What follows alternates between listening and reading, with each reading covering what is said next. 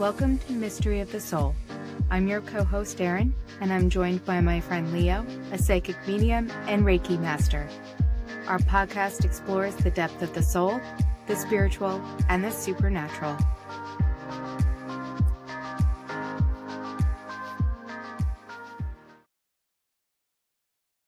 Hi guys, welcome back to Mystery of the Soul. This is Leo. I have my co-host for this year, 2025, Julia, with me again. Hi, Julia. Hi, Leo. So we have a guest tonight. His name's Joe Donahue. He is a childhood friend of Julia's. And Julia, why don't you share just a little bit about Joe before we introduce him? Joe and I have known each other forever. I have pictures of us in diapers together in a playpen. He was very good friends with me and my younger brother. Sleepovers at houses and like all the things when we were younger. Joe and I obviously live in different places and in different spaces now, but I still consider him to be somebody that I'm close with, and I have a true appreciation for him as a human being. He is just I've watched over the years from afar many things, and Joe, there's a lot that I don't know about, but we wanted to have you on and have everyone get to know you because I feel like you are the type of person that I want to share with our listeners. So do you want to tell our listeners a little bit about yourself? Sure. Thank you, Leo. Thank you, Julia. So currently in my life, I am a trained transpersonal facilitator, men's work facilitator, and a Kambo practitioner, as well as a chemist during the day. That's what I do during the day. I'm a father, I'm a son. We're many things here, ultimately. Soul having an experience here in many different ways. I don't know what you guys would like to know, what you want to dig into. The last few years of my life have been hard to explain to most. A lot of wild things have happened in my life, far more than when I was younger. Most of my life I lived in the shadows, many years of addiction and kind of running away from myself, trying to numb out all the noise. So I was very sensitive in the things. It was very hard to be around, so I used things to numb myself for many, many years, which led to many different things. I can basically go into anything you want. I work well with questions here. So if you have questions, I have answers. So I'm open book wherever you want to go. Do you have a question, Julia, on your list that you maybe want to start with? I have a list. Let's go. So I was kind of there for maybe some of the early times where when we were friends, when we were younger, that there were things that I had picked up on that you maybe feel a little bit disconnected or a little bit lost with what you should have been doing at that time. And we were young, I mean, young teens, I guess. And what's something that you feel like would have been really good advice for you to have in those kind of earlier years, or even now for people that you see who are going through maybe something similar that feels just lost or disconnected? What advice would you want most to have gotten or to give someone? Take your time. Take a breath. Just listen to your guidance, whatever comes to mind. That it will get better. That you're surrounded by love, and it's all around you. You're always guided, always held, and always supported, no matter how dark it is, that there's always light at the end of it. And I would ask that person to try to find some support. Yeah, but I was told that as a child as well, and as a teenager, and I didn't listen. I had to find my own way. And I think that that's probably a big part of it, right? Is that I think sometimes we're looking for somebody to give us the answers, and the reality is that we have to be able to go through the process of figuring those things out for ourselves. I think that that's one of the hardest things is when you're on the outside and you're watching somebody have a tough time. It's what can I do? I want to do something. I want to help them. But the reality is that there are times where we have to step back and allow them to go through the process and have that experience for themselves. And that's really hard for people to do. Especially for loved ones. Yeah. Yeah. Yeah. Yeah. To let go. Yeah. How do you hold on but let go? I've tried to watch that with very close people in my life, loved ones, even these days, where it's can't enable it. I can be here ready, but I can't make anybody do anything. And that's a very painful place to be for a parent or partner or whatever it may be. To just watch somebody, have their own path and find their own way. I do have a question, Joel. Sure. Some of the stuff that you kind of told us about ahead of time, you described something as the dark night of the soul. Now, you don't have to go into specific details, but how would you describe a dark night of the soul to you? And like, what are the emotions attached to it? What are the feelings? How would you describe that? I've experienced a couple times and they were different. When I was younger, I would consider that one as well. That was complete destruction of all that I knew was real. Okay. Everything stripped away. Very dark, suicidal, not knowing where to go, depression, just very lost and no light. And that put me in a place for many years of that. Most recently, it's probably the hardest I've experienced. And it was similar. My complete identity shattered. What I thought was real shattered, left with nothing. From everything I held dear was stripped from me. And that put me into, this time was different. When I was younger, I went straight to drugs. It's like that was my out. At this point in my life, when this happened 4 years ago, I couldn't go that route.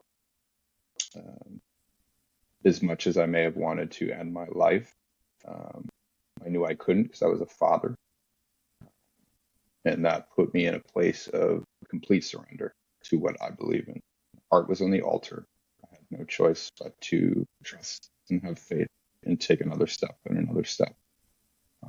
But it was facing my biggest fears that I could imagine. Yeah, there's a lot more to it than that. But yeah, it was many years okay. of just a lot of,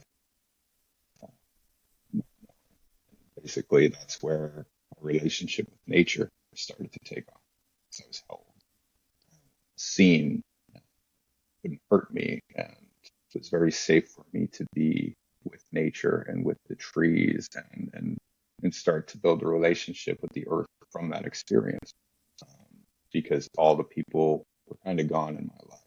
What I loved, what I held dear, what I held closest to my heart wasn't really there. Luckily I had my daughter, kids, but everything else that I had known, basically I lost everything. My career, my house, basically everything was stripped from me. But it's funny how we do this in life. It was almost the same thing that happened when I was young, but in a different way. I got a chance to heal from the things I had not healed from when I was younger. It was the same situation, only a little bit different. And I had to face that fear. And, we play roles here. And that's what happened. I had to look at it in a different way than I had before, and it took a lot of work to do that. That this is happening for me, not against me. There's a reason behind this, and I had to find that light within the dark. And by doing that, expansion is incredible that's happened in my life. So much beauty has come from that. But it was a hell of a ride, I'll tell you that. Joe, for our listeners who maybe haven't heard of the Dark Night of the Soul, how would you, in your own way, having had that experience or those experiences, how would you generally define it? I guess I would define it as it's basically when your soul has had enough and it wakes up. That's how I experienced it, where it was like, okay, we're going to shift some things around because they're not working for you. They are not in alignment with your soul's calling and your soul's purpose. So we're going to shake shit up real good. And it's going to cause a lot of chaos and it's going to look real fucking ugly and hurt a lot. But it's necessary. It's necessary. And this usually happens at certain points in our life, certain ages. Typically, you call it a midlife crisis. Now that your soul's starting to wake up, and it's a bit different for each of us depending on where we are in incarnations and everything else. But Yeah, I would describe it where it will strip all that is not in alignment and integrity with yourself for you to rise up out of it.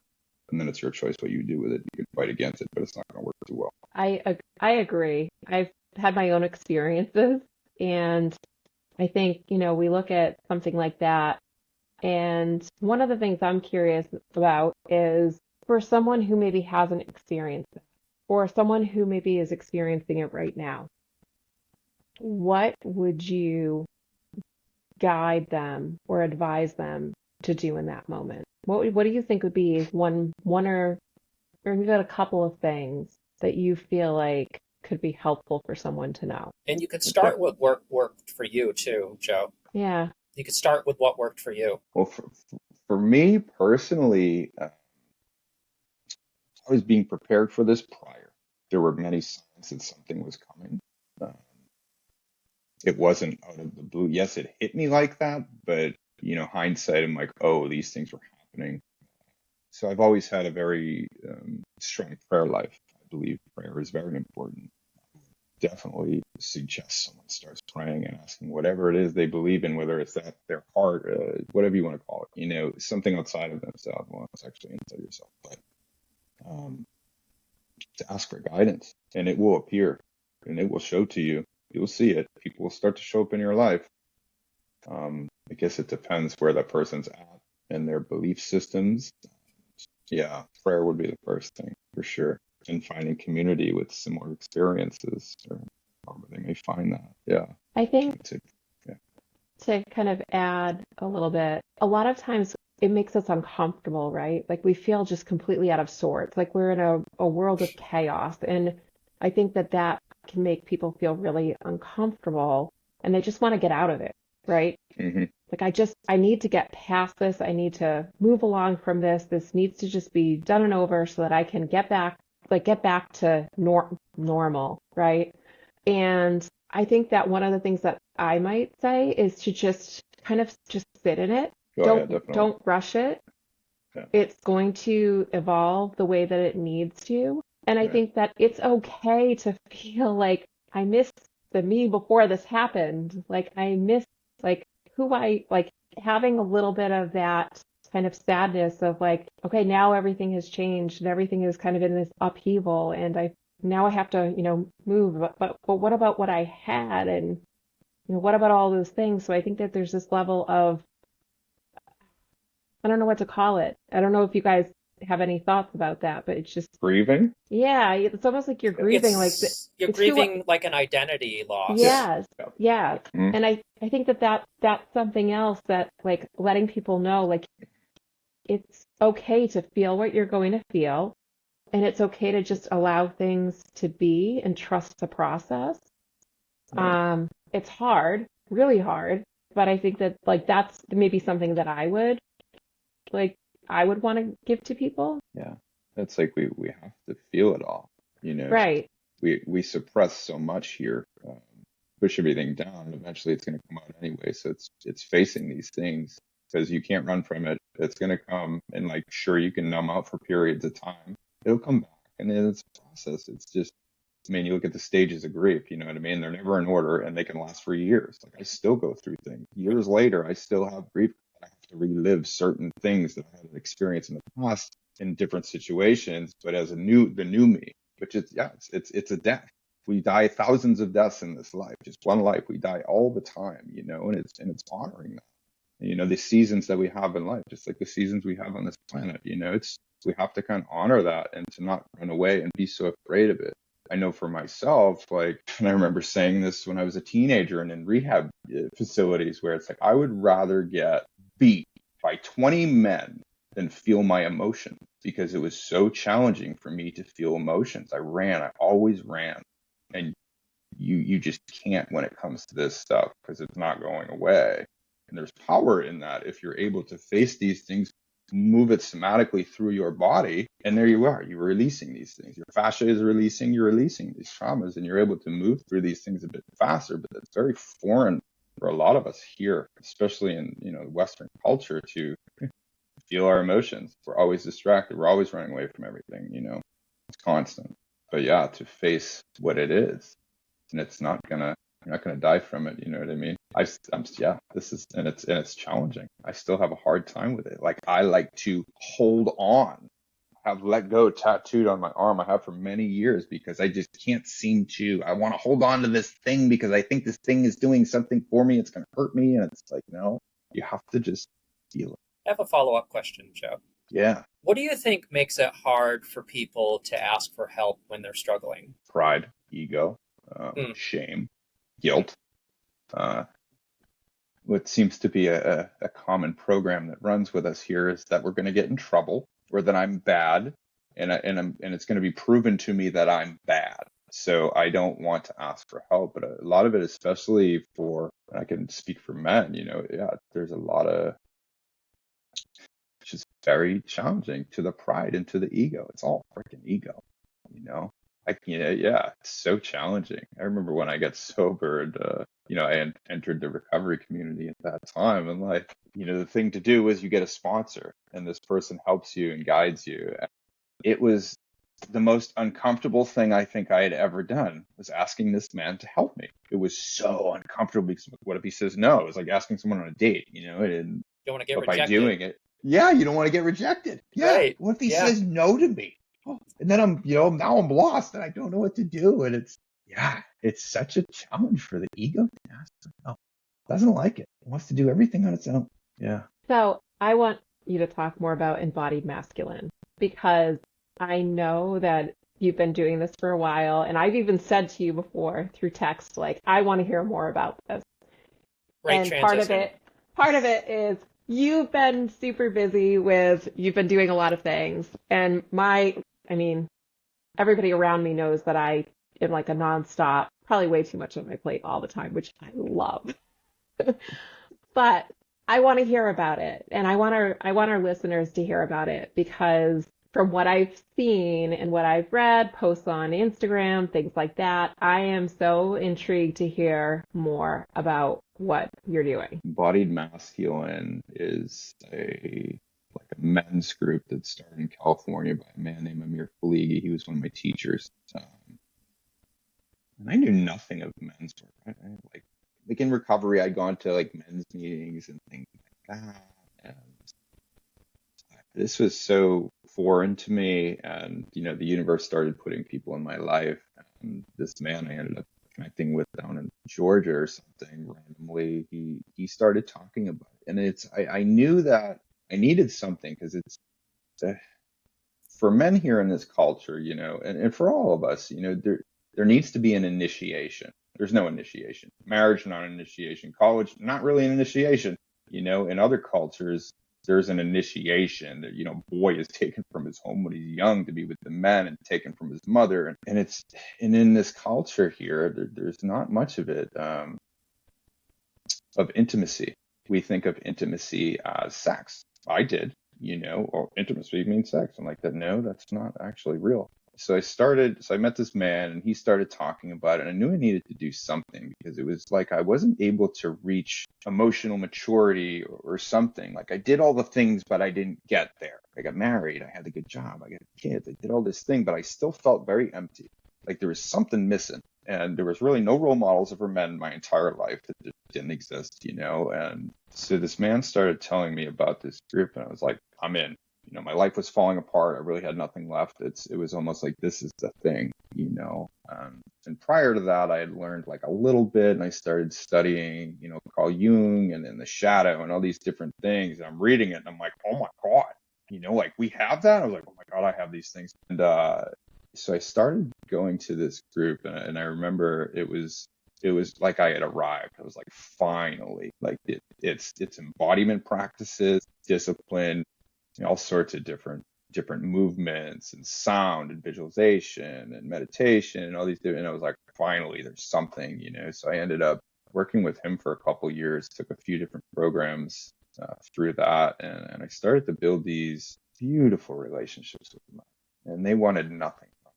And most of us were always afraid somebody's going to take something from us, or afraid to really show our true self. We're always wearing a mask. And I was so broken at this time where I was willing.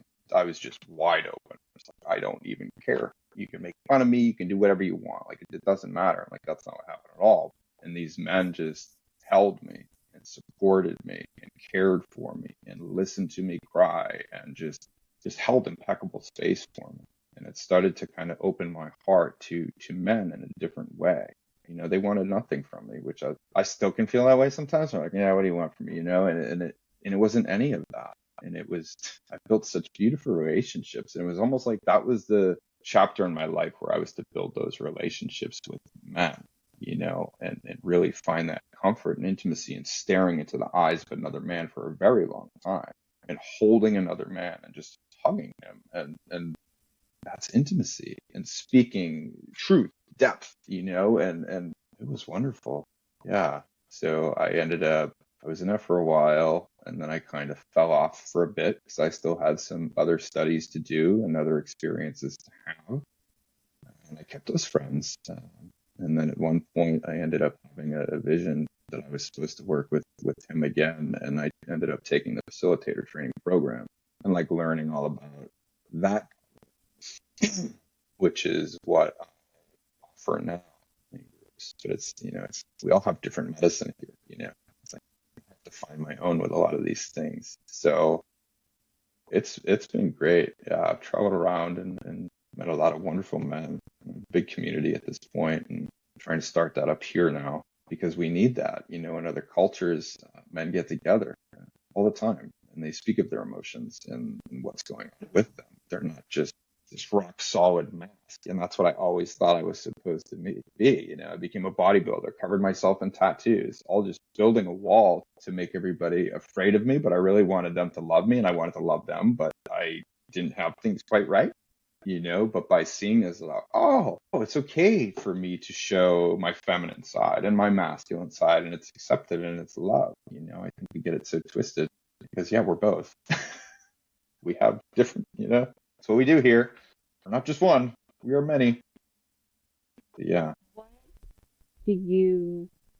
have you seen, or what was specifically hard, maybe for you or some of the men that you know? What was something that like people just generally say like holds them back from having those deeper level human connections with each other? Like you've shared with us in terms of like being able to have that level of connection and a level of intimacy, and something that I think a lot of men feel very uncomfortable with, right? Like it's you're not supposed to show too much emotion, or you know, it's one thing to like give like a punch in the shoulder, but like a hug is kind of like, oh, like what are they doing? I think there's just I'm a hugger. Me too. Yeah. I'm a hugger. I'm an awkward hugger too. Like I hug and hold on like too long, where people are probably like, what is she doing? Um, and I think that that's something that, you know, as a woman, it's very easy for me to hug another woman. But if I hug a man that's not my husband, it's kind of like, well, why is she hugging him like that? It's like, well, a hug in between two people is not like we're making it into something that it's not, right? But is there something that you've generally seen between some of the men that you've been able to know and become closer with? Do you see like a common theme? I'm just thinking like I have boys, right? Like I'm a mom. I have Right. two young boys. And you know, you want to give as much guidance as a parent as you can. You know, you see this in people. You know, if I look at the men in my life, my grandfather, my father, you know, even my husband, it's having that ability to connect with somebody else, having them have the ability to connect with each other. Like, what are we missing? Does that make sense? I believe so. Yeah. It's the men that I knew had already gone through many things in their life to get to this place, and they knew who they were and they weren't afraid of that. It has to start. I mean, it doesn't have to, but it should start young. Because, you know, we get programmed here very early. And then as we get older, we have to deprogram, you know, and especially for men growing up. And it's funny we're speaking of this because, you know, recently a lot of things have been coming up about my boyhood and my teenage years and like the things that were put into me and the things that I was around constantly, you know, and it's sad, you know, it's very sad. And I'd forgotten a lot of things that have come up recently. And it's like, oh, wow. Yeah. I mean, yeah, I feel like boys need father, a good male figure in their life in order to teach them these things and how to show their emotion and be human and not always be tough. That just breaks people down. I tried to be tough my whole life, you know, and like it just built up such an armor and trauma in my body from being like that for so long, but knowing that wasn't truly who I was. I was just wearing this mask, and then all of a sudden there's many masks, and it's very challenging to take them off. It's like boys need community. All kind of speak the same, which is I'd love to work with young men at some point too, because we're so lost. I can't say everybody, but I know I was, and I was surrounded by older guys that, thought a certain way about things, and that's kind of just what I was around all the time. And even if I knew it wasn't right, everybody wants to fit in. So they start doing these things to try to find love, because everything boils down to love. We're all looking for love, no matter what it is, whether that's drug addiction or abuse. We're all just looking for love, and to show that it's okay to show that, like I said, we have sides, masculine and feminine, all of us, and I think for me, as I got older, like it started to like that was a new concept to me. I didn't understand that until a few years ago. What do you mean? It was like, oh. So as boys, we are very feminine as children, and that typically gets beaten out of us. Like stop moving around so much and do this and do that, and we kind of just start to, especially boys, it's okay for most women to be very flowy, but for men, that's not okay. You're looked at a certain way, you get made fun of, all these things because we're just trying to fit in. But what kind of helped me get more into like the feminine was like ecstatic dance.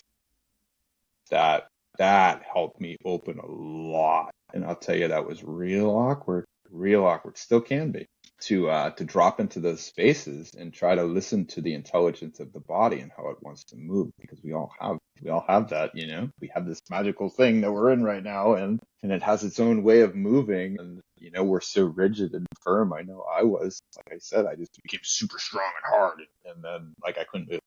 And the first time I was at a men's retreat, actually up here where I live now, I think there's like 30 of us, and we went through this whole thing, and I think it was like the final day, like, all right, have you guys ever done ecstatic dance? And I didn't know what that was. What did you think when you heard that? What was your thought when you heard that? I wasn't like happy dancing. Yeah. I don't Yeah, even you would know. think, right? Yeah, happy. We're gonna do a happy dance. Yeah. I'm like, all right. I don't know how tough I could look doing this, and then they're like, you can close your eyes. They're like, does anybody have any experience? A couple guys raised their hands. So for probably the first 20 minutes, I had my eyes closed, and I'm just kind of bobbing back and forth. I'll open my eyes, see what this guy's doing. I'm like, I could probably do that.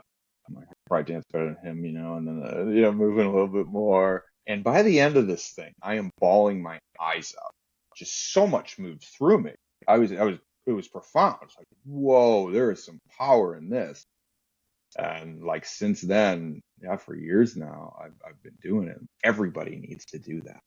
Everybody. I mean, I do it all the time with my kids here at home. You know what I mean? I'll just crank on some music and just move. My kids think I'm weird as hell, but I don't care because it feels good to move my body. I'm literally releasing as I move. I don't think people realize. I had this come to me the other day. It's like, there's these, everybody dances, does dance moves, but like while you're doing that, you're actually releasing things that are stored within your body and in your fascia while you move. Like literally your body's popping, it's moving, and it releases all this stuff within. You feel great afterwards. I went to an ecstatic dance retreat last year. I'm going to another one the end of this month. And like, if the world did that like once a year, once a month, it would be a completely different ballgame. I mean, it's like you're going back to a childlike state. It's pure bliss. No one cares what you look like. No one cares what you're doing. And it helps you tap into these parts of yourself, that most of us shut down. So I'd highly recommend ecstatic dance to anybody listening, as well as you two, if you haven't done it yet. I dance Come up here. I'll bring all you the to time. All right. They look at me though, Mom, what are you doing? I'm like, I don't know. No, it feels good. Whatever. So I wanted to just bring up something that I was kind of getting as we've been talking a little bit.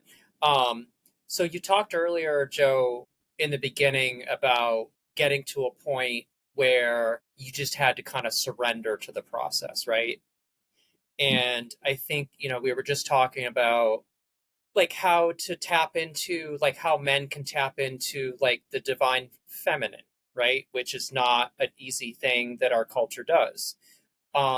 I think kind of what I was getting from like, I think like your experience and my own experiences and what I've, you know, witnessed, like a lot of people I feel like have to get to the point where they're vulnerable and they reach a point where they finally reach a point where they don't care and they become vulnerable and it breaks and you surrender and then you can kind of tap into all that. But I don't think we have a lot of role models that show us that. Yeah, I agree with you there. Yeah. Does that kind of make sense?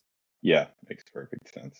Seems like it's starting to shift, and there are more people that are diving into those things and that can teach others. But yeah, we still got some work to do here. But yeah, you need to be, not everybody, but yeah, you have to be in a pretty exposed state to be able to kind of step into those things. The work that I do is, it's a cross of like masculine as well as feminine embodiment practices. And like you need to get people out of the head.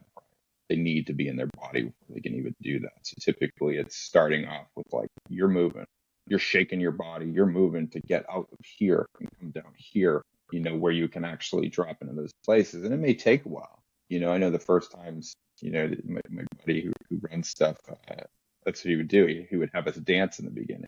Just go crazy. Just move your body however it wants to move. And it was so awkward for months. I'm like, this is fucking weird. Somebody's watching me. What if I look silly? What if this, that? And like eventually it was like, all right, but it's like we're very logic. We're very up here and we need to come back down. And that's what embodiment is all about. Is we forget that we even have a body.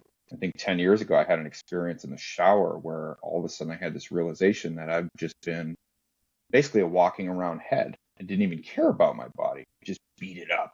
Didn't care about it. Treated it very bad. Talked to it poorly. I was like, wow, I'm just a walking around head here. And since then, it's been this kind of journey to get back into my body. So we need to come into our bodies. And I feel like those things are just going to start to come out. It has to, imagine. Unless you're too trapped in your head, but getting in the body will help people drop into those places. Why do you think, Joe, I guess because we're on the topic of men, like why do you think men are so guarded? Many different reasons. Yeah. We all carry a lot of collective wounding around this area, whether that's past life, this life, there's just a lot of programming in this stuff. It's very interesting to look at. I mean, when I look at my own early life, that's what we're surrounded by. It was almost on purpose. It definitely was on purpose. But you look at like the movies that were around and the way people talk to each other, and it was just a state of ignorance almost. It was almost like the state of consciousness back then was far lower, and as we evolve, it seems to be getting higher and people are starting to wake up from these things, but it's almost like these things are already set in place and have been for quite some time. But I believe this goes way back before us in this life right now. This is the near patriarchy. Yeah, a lot of programming around these things and a lot of unwinding and unraveling of a lot of these stories, but the stories can be very consuming because they're so loud and they're all around. Yeah. Thanks. So I love talking about human connection. I bring it up probably every time. And I think that human connection is a big part of these things because if we're not truly seeing each other, then there's that inability to connect and an inability to connect on a deeper level. And I would say that probably has a lot to do with the inability to really become more intimate and really hear and listen to each other. And I think in today's world, it's where there's so much with technology and screens and AI and all of these things happening. Do you think that there is a part that we just aren't in touch enough with each other? We're not in touch enough with nature. We're not connected to source. And again, whatever that may be, whatever people believe in. Do you think that there's a level, like, how would you comment on that? Like, do you think that Do you think that that's a piece of it that you guys have mentioned a few things. Do you think that there's a level of human connection that's just not Oh that's yeah. where we're transitioning there? I think back like 100 years ago, people didn't have all the distractions. They had to connect in a different way than we do today. And so, yes, you have some of those, past ancestral, past lives, some of those factors that will play into what determines like who we are and what we do and where we should be. It has a big influence on us. But what about that human connection part of things? Being able to be together like on a deeper level. Yeah, I mean that's the key to this. You know what I mean? We need to get back to community in the earth. We've been far removed from it for quite some time now, which is not a coincidence. Like Yeah, I tell my boys to go outside and figure out what to do, you know? Um, yeah, and we see that like they're connecting with friends through a screen, oh, I want to play this video game, or oh, I want to hop on a chat with a friend, or um, they're doing those types of things. And I'm like, yeah, no, you can shut that off. You can go outside. Like, well, what am I supposed to do? I'm like, you'll figure it out. It'll be okay. right. Like we figured it out when we were kids, right? Yeah, yeah. Playing We didn't have a choice. sticks and Yeah, muds and yeah. who knows, running around and just in playing. Um, but do you think that that lack of that I call it a lack of human connection? How do you think that that's going to play into this? Because you're talking about some really great things for people to do and to take into consideration, but not just men, but women too. Like, how are we going to get more in touch with that? I struggle with the same things, and there has to be balance, with all of these things because there is a way technology can reach people, can bring people together, but also it's distracting and numbness. Many times over the years, I've just gotten this message that like we live in duality, light, dark, good, bad, feminine, masculine, and that's what we live here, and that's the game we play here at this time. So there's things that want to keep us distracted, asleep, and sick for some type of thing. I'm not going to get into all that here. We could do that another time if you would like. But it's our job, people who are conscious and awake, and to teach that like you're doing to your kids. Get outside, get with nature. Nature is going to talk to you if you can get quiet enough. I promise you that there is spirit in everything we are. That's what everything is. But yeah, the community, it's funny because I know for myself, I'll speak for myself, like there is something that wants me to isolate, to not talk to anybody, and to just kind of hide away. Some type of fear that's within me. And I know a lot of people that have that, and it's funny because that's the opposite of what we need. We need that connection. But a lot of us are just afraid of each other at this point. What's somebody going to take from me? It's this weird game we play of being afraid of everything, and I think the more that people can get in that, like whether people see it or not, like it's happening all around the world. People are starting to wake up to these things and bringing community together and trying to change this, but it's definitely tough raising children right now. I deal with this as well, where it's like I want to throw the TV out the window constantly. I also don't want to. I need to find balance with it, but it's very challenging because it's like I watch the programming happen. 8-year-old daughter, and I can watch it happening, and now she's being brainwashed by all these different things that's telling her a vision, but not reality. Yeah, yeah, it's a tough one. We'll figure it out though. Community is probably one of the most important things we need here. We need human connection. Without that, we die. What did they did this test with rats or mice, and I'm going to butcher it, but I'll just kind of talk a little bit.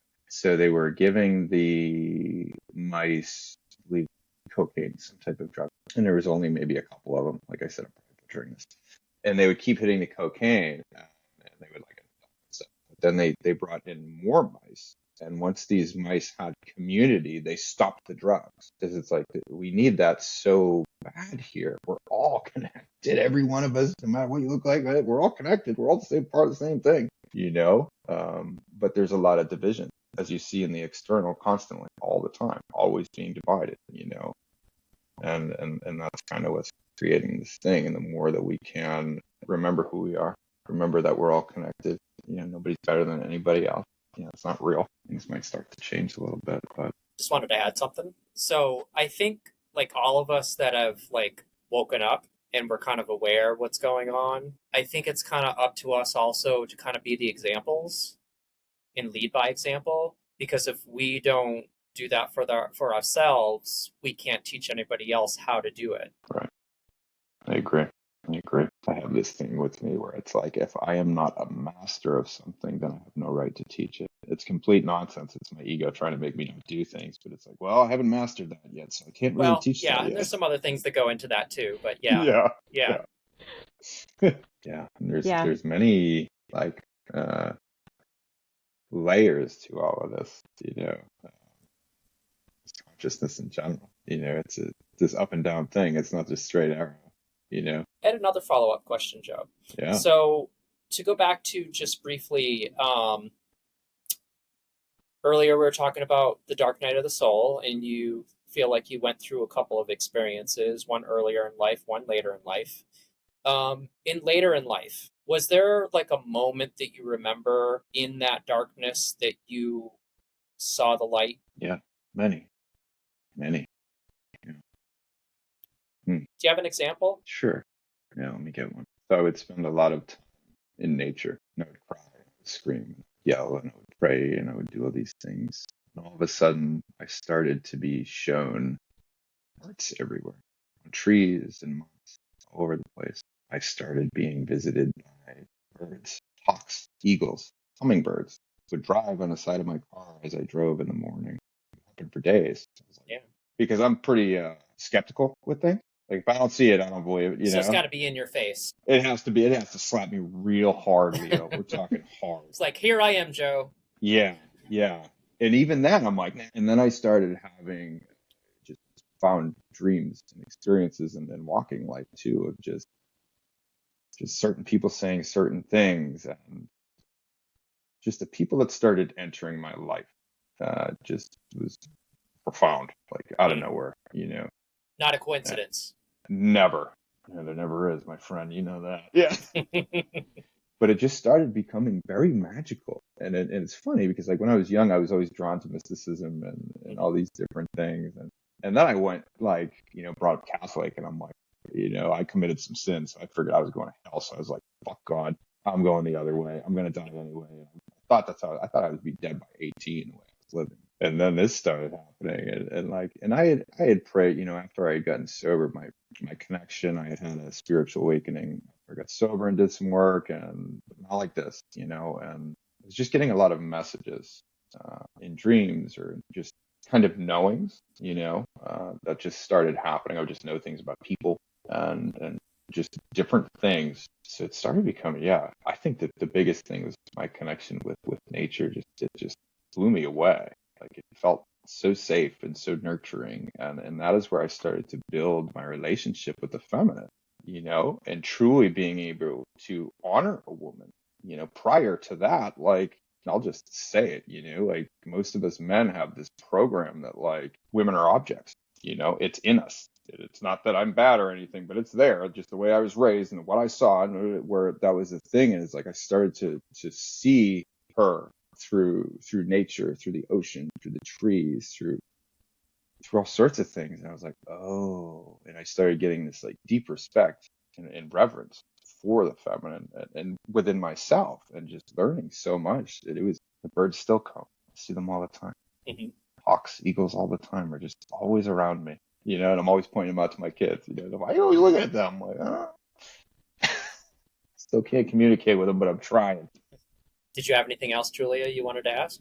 So you mentioned having a spiritual awakening. What do you think is a misconception that people have about spirituality? Really good question. Yeah. I was going to say, I don't know what everybody's misconception is, but I'd imagine probably, I know people can get jammed up with thinking, like, spirituality means that I need to believe one specific thing, a religion, something like that. you know, that it needs to be, yeah, this like outside authority or something along that, which is complete nonsense. I mean, believe whatever you want. I apologize to offend anybody. It's all the same thing. It's a river all leading to the same thing. Many people just have different ways of tapping into this river. In a spiritual awakening, imagine, I only know what's happened to me, but it can look different for everybody. It can be extremely intense. You could have a near-death experience. There's many different, ways about it. And it could be also small. Like we're always, I mean, that's what we are. So we are. What we are. We are spirit. That's it, in this form. And our job here is to bring the divine down into matter, I believe. I think to go back to the misconceptions, Julia, I think a lot of that might come from a lot of religious trauma. Mm-hmm. I would agree. Would you guys agree? Yeah, 100%. Yeah. Yeah. I think that people look to like pin spirituality down, like To one thing. to one thing. Yeah. And I mean, I even remember when I started practicing yoga more, somebody was like, is it like a cult? And I was like, yoga? Like, no. Like, well, are you not, are you Buddhist now? And I was like, I'm practicing yoga. Like, I'm not changing my religion. I'm not, I'm not worshiping a false god, from the way that I grew up. Um, no, it's a practice. I think that people look to like create this definition about these things. And what I've learned over my time is that spirituality is a whole number of different things. And it's going to evolve and change so that you can fully connect and tune in to exactly where you need to be. So, we have these introductions to different things, religious or practices or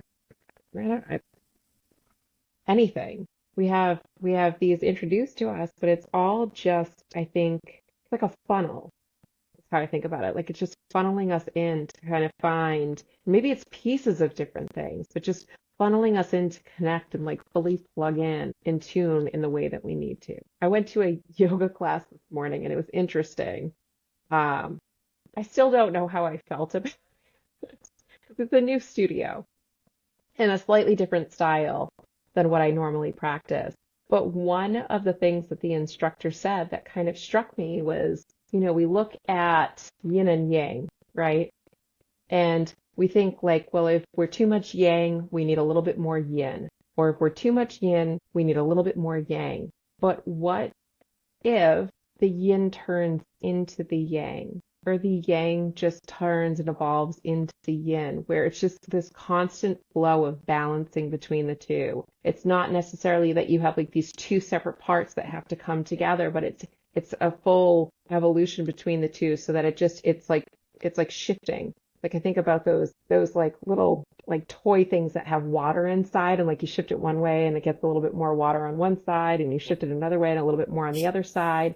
Almost like it's all the same, but it's just balancing in a different way. It's just going back and forth, back and Right? forth, back and So forth. we're exposed to all these different things so that it can just balance in the right way so that we can fully figure out how we're supposed to align with exactly who we need to be in in this place where we're here to experience, we're here to learn, we're here to evolve, we're here to change, we're here to do all the things, right? Mm-hmm. Depending on what the depth of us needs in this experience. Yeah, things are constantly changing. And I'm a person who likes control. Anybody else? Good luck. Anybody else on here? Good luck. Yeah, and it's like I can come up with the best plan, and I know that plan is probably going to come out in a completely different way. Yeah, And that's one of the struggles that I've had is like letting go of control. I can plan for anything. I can try to control anything going to happen the way that it's intended to. And not that I don't still make plans, but I just know that if they change, they were meant to. I think that's like the biggest fear we have here as humans is fear of not having control. Yeah. It all boils down to that, it seems like. I won't have control of something, I'm not safe, or there's something there. Yeah, and it's like we're constantly trying to find balance and harmony with ourselves. It's like we have to get really quiet my mind with all the distractions, because it's constantly our body's trying to balance, everything's trying to balance, and everything is just one, but we see it in duality, which can be pretty extreme at times, and think that it's completely separate. Yeah. Yeah, I think that definitely is a struggle for people, and I think maybe once you can figure out it's just not possible to control everything, but the thing that you can control is your choices. Yeah. Does that kind of make sense? Responsible for myself. Yeah. Yeah. It's like the serenity prayer. Yeah. Right. Yeah. So I think. And I was Go going to say ahead, Julia. the other big piece for me, it just comes back to love. I think that if we really sit back and we truly love ourselves, which is really difficult for people to do, and not just love yourself, but also like yourself, because I do think that self-love and self-like are two completely different things. And I'm going to also throw it out there, self-worth, because It's a big one. you can love yourself and like yourself and be very self-confident, very self-assured, and very self-motivated, but you can still lack worth. And I do think that part of that has to do with some of the ways that we're brought up, or some of these um, things that are just placed on us. So, you're supposed to do this or be this or act this way or believe in this or control that or whatever it is. I think that we have all these things that kind of break that down. And that's where I feel like I have to find more of that self-worth. Like, I am worthy of this. I am worthy of love. I'm worthy of respect. I'm worthy of all of the things. And that's probably one of the other big pieces that I think has a huge effect on us as human beings. So That's so it's, wild. That comes Yeah. up all the time yeah, with me doing EFT tapping sessions with people. It's a huge one. It's yeah. Over these years, I've come to the same thing where kind of a lot of it boils down to self-love, and how challenging that is for us to do it. Where it's like mind blowing. I had an experience with my father maybe a year ago or something, and we were going kind of deep, and I had said something about you have to love yourself, and he looked at me like I was crazy. I'm like, what? Like, I'm allowed to do that? And like, whoa, oh my God, yeah, like, whoa, yep. And I deal with this with like even my daughter. It's already there, that thing that says she's not good enough, which makes me very angry. But it's there, and she has her path as well. And I need to lead by example, love myself. And I still struggle with it. I do all sorts of things for myself. And it's still like this nagging thing where I have to kind of watch what's the story and what's the truth. But sometimes the stories can get very loud. It's almost like there's this lawyer constantly building a case against me, going through the files, thinks it's protecting me. It's my ego thinking it's protecting me and telling me how I'm not good enough, and it's just a story. But to be able to see past and get quiet enough to actually see it, is the tricky part. But yeah, imagine if everybody on the planet loved themselves. Wow, this would be a totally different place, which we'll get to at some point, maybe not in our life, but someday. That's the goal. Yeah. yeah, What I found, I think, is a lot of this comes from judgment, like judgment from other people, but judging ourselves. Yep. Yeah. And it doesn't take much for somebody to get in there. No, Especially it's amazing with something from 20 years ago can still have power over you, by somebody you don't even remember. no. Yeah. yeah. Did you have any other questions, Julia? No, I was just gonna say, for people who like thinking about self-love is like when they tell you when you're on a plane and you put your mask on first Mhm. and then you help the people around you. Mm-hmm. So, I think that we've got a lot of challenges for people who it's like really ingrained in them, and it's really like affecting them to like the depth of who they are. But that's one of the things that I think for our young ones especially is like teaching them that self-love and that self-worth and helping them find and navigate like the things that make them feel really good about who they are and what they're doing. And, as people in society, not just parents, but as people in society demonstrating that to our youth. Mm-hmm. Change yourself, change the world. The more I change myself and love myself more and do the things that give me bliss, the more everybody around me will do the same exact thing. Well, yeah, because it's infectious, right? Like it's a palpable positivity that just Right, radiates from people. right, right. Just You know, like as what I we say, like, saw, the way fear spreads, love spreads the same way, and collectively. Ping. it's more powerful. Correct. You know, Yes. like Far more. people are always like, why are you smiling so much? And I'm like, listen, two things. God didn't give me dimples to not smile, right? Number one. But number two, like, if I smile, if somebody else just gets a little something out of it, and maybe they smile, my goodness, like maybe that trickles down. It's, like Right, the simplest right. things. And for our listeners who listened to our last episode, it's like looking at somebody and just saying, like, thank you for the things that you do, and thank you for having a positive impact. Um, I think that goes a really long way. I probably catch a lot of people off guard, but I'll go and grab a coffee and I'm like, hey, how are you doing today? And they're like, Mm. I'm fine. I'm like, that's not an emotion. Like, that's not They're a like, why is she feeling. Like, talking to me? Yep. I'm What do you want fine. from me? I'm good. But it throws people off guard. But then like they kind of take a step back, and then the next time I go, I'm like, hey, like, what's going on? How are you doing today? And they're like, I'm doing really good. It's been a busy day, or hey, I had this happen. But I think that when we pause, because we rush, everything is so busy and so fast paced, and it's go, go, go. But when we actually stop to pause, and when we can, right? Sometimes it is super busy and you are running around and it's crazy. When you can find those moments to pause, just taking that second to like ask somebody, like, hey, how are you doing? Give them a compliment. I mean, tell them something nice. Like, hey, you make a really good dirty chai, like, this is great. But I think like those types of things I think go a really long way. Yeah. And then that will trickle into their life. And maybe Yep. they'll hold space for another in the same way. Yeah. Yep. So, Joe, I wanted to just wrap up with one more question to you. Sure. So, the podcast is called Mystery of the Soul. Mm. So, one of the things that we like to ask for like the last part of the interview is I wanted to ask, what advice would you give our listeners? What advice would you give them how to feed their soul? And you could draw on your own personal experience or anything what does it feel like when my soul is fed, or what am I trying to accomplish? I would just say to trust the niggle, trust the intuition, trust the heart, and it will guide you exactly where you need to go. And even if you don't, you're going to get guided back to the same place anyway. But in your bliss, Thank there's you. probably more, but that's all I got right now. That's okay. That's great, Joe. All right. So I just want to thank everybody for listening, and thanks for joining us at Mystery of the Soul. Joe, thanks again. It was great talking with you. Thank you, Leah. Thank you, And Julia.